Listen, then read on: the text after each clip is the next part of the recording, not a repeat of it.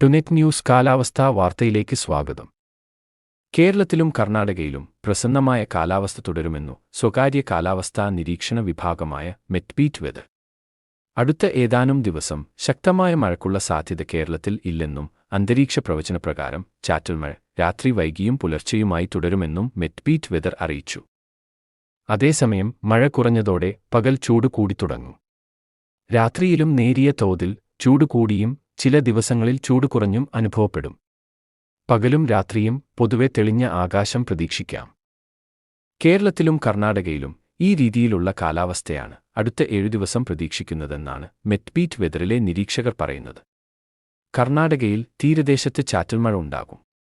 തമിഴ്നാട്ടിൽ ചൂട് 36 ഡിഗ്രിയിലേക്കും അതിനു മുകളിലേക്കും എത്തും. തമിഴ്നാട്ടിൽ വരണ്ട കാലാവസ്ഥ തുടരാനാണ് സാധ്യത. കേരളത്തിൽ ലഭിക്കുന്നതുപോലെയുള്ള ചാറ്റൽ മഴയ്ക്ക് പോലും സാധ്യതയില്ല. കേരളത്തിലും കർണാടകയിലും ചൂടിനു വലിയ തോതിൽ വർധനവുണ്ടായില്ലെങ്കിലും തമിഴ്നാട്ടിലെ സ്ഥിതി വ്യത്യസ്തമാണ്.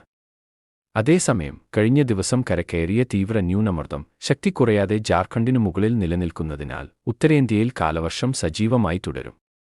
അതിനാൽ കാലവർഷം വിടവാങ്ങുന്ന സൂചനകൾ കണ്ടുതുടങ്ങിയിട്ടില്ലെന്നും സെപ്റ്റംബർ പകുതിക്ക് ശേഷമാണ് കാലവർഷം വിടവാങ്ങൽ പ്രക്രിയ തുടങ്ങേണ്ടതെന്നും മെറ്റ്ബീറ്റ് വെതർ അറിയിച്ചു.